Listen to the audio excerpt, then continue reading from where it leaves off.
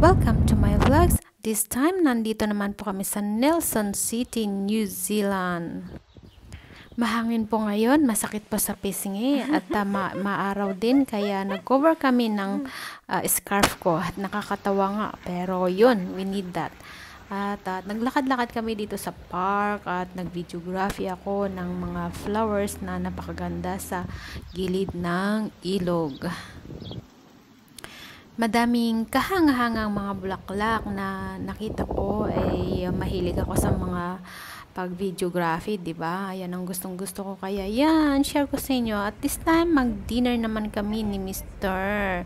Kasi anniversary namin ng ika-5 taon na naming pagsasama. At ito naglakad-lakad kami sa pier at ito na nga sa boat restaurant kami kumain.